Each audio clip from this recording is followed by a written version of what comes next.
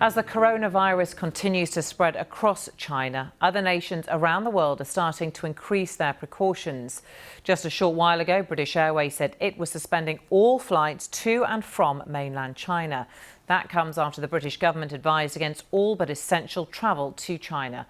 And Indonesia's Lion Air has also just said it's suspending its flights. Other airlines, including United Airlines, Air Canada and Cathay Pacific Airways, have cancelled some flights to China, although in some cases it is because of a lack of demand. Here's travel journalist Simon Calder.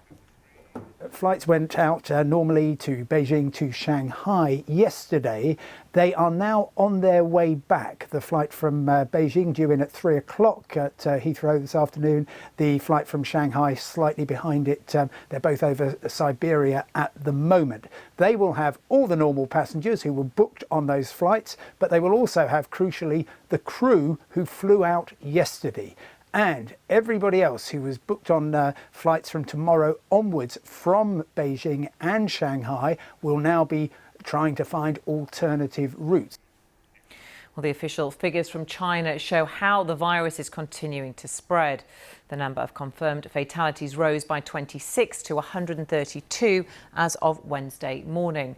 Almost all of those deaths are in Hubei province, where the virus was first discovered.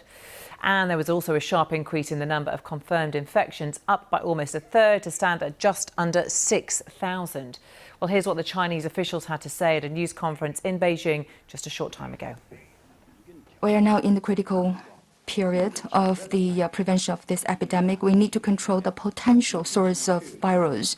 Yes, recently we do have people travel from Hubei to Fangzhuang area. And in other communities, we also have the similar travelers from Wuhan. And also we actually have the registration and management of those people who travel from Wuhan or from the Hubei province. And we ask them to stay at home for the 14 days quarantine. Let's go live now to Robin Brandt, who's in Shanghai. Robin, welcome to you. With the authorities calling this now at a critical stage, what's your assessment of how they view this crisis as being at? Well, on the one hand, we have a country that's certainly around Wuhan, the epicenter city, and the surrounding province of Hubei, essentially a lockdown involving millions of people. On the other hand, we have international governments seeking to remove their people from that city. At the same time, airline companies restricting, some of them going even further and completely suspending flights in and out of the country. They say that's because they need to protect their passengers and their staff, but also, as I think you've alluded to, obviously the demand for seats on flights now, given the change in advice in the US, the change in the UK, is going to absolutely plummet. President Xi Jinping yesterday, the man who has said he is in charge of directing personally the response to this, described this outbreak of coronavirus as a devil. They are throwing everything they have at it in terms of logistics, something, of course, by the nature of the authoritarian Communist Party-controlled government here, they can do very well. Thousands of military personnel, doctors, a huge amount of money being sent in to try and assist as well. But at the same time, the effort is to try and stop the spread and just contain this virus. And the most effective way of doing that in recent days has essentially been to tell everyone not to return to work, not to return to school. They've postponed the end of China's Lunar New Year festival. That's because the prospect of tens of millions of people crisscrossing the country over the coming days and what that could do for spreading the diseases, frankly, just adds to the nightmare scenario. OK, Robin Brandt in Shanghai for now. Thank you. Well, the race is on to find a way of immunising people from the virus, and there has been a development in Australia. Scientists have been able to replicate it in a laboratory. Here's the team who did it on what that might mean. Yeah, it all feeds into the global health response and for a public health initiative, and it's a really important component in that because no virus has appeared to come out of China yet, and it appears that other people have had difficulty growing. I guess when we provide the virus to others who will bring their expertise to it, that will mean that, if you like, the cycle time on what they can do will be shorter. Well, Australia has also announced that it will quarantine suspected cases on Christmas Island, which is better known for being the place which houses migrants while their claims to stay in Australia are assessed. Let's go live now to Sydney and our correspondent Shaima Khalil. Shaima, welcome to you. What's reaction there been to these people being quarantined on Christmas Island? Well, I think the initial reaction was one of relief that people are being evacuated and brought back to Australia.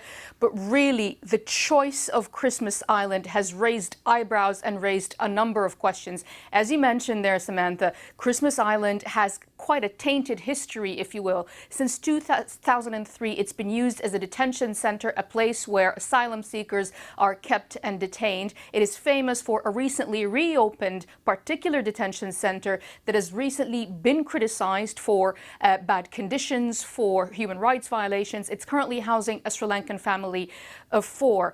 This detention center is going to be quarantine zone, if you will. And upon hearing that, many have raised the question of why is it that 600 Australians, including 100 children that traveled with their families to celebrate the Lunar Year, instead of being brought to hospitals in mainland China, why are they being brought to Christmas Island, about 2,000 kilometers from the mainland? It's actually closer to Indonesia than it is to Australia mainland.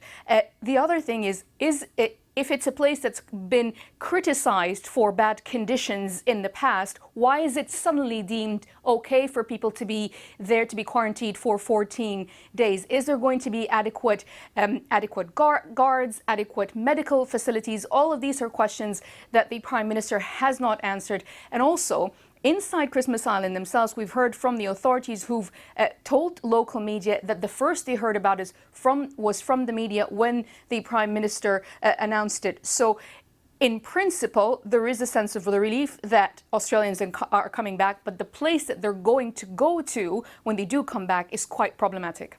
OK, Shaima Khalil, for now, thank you.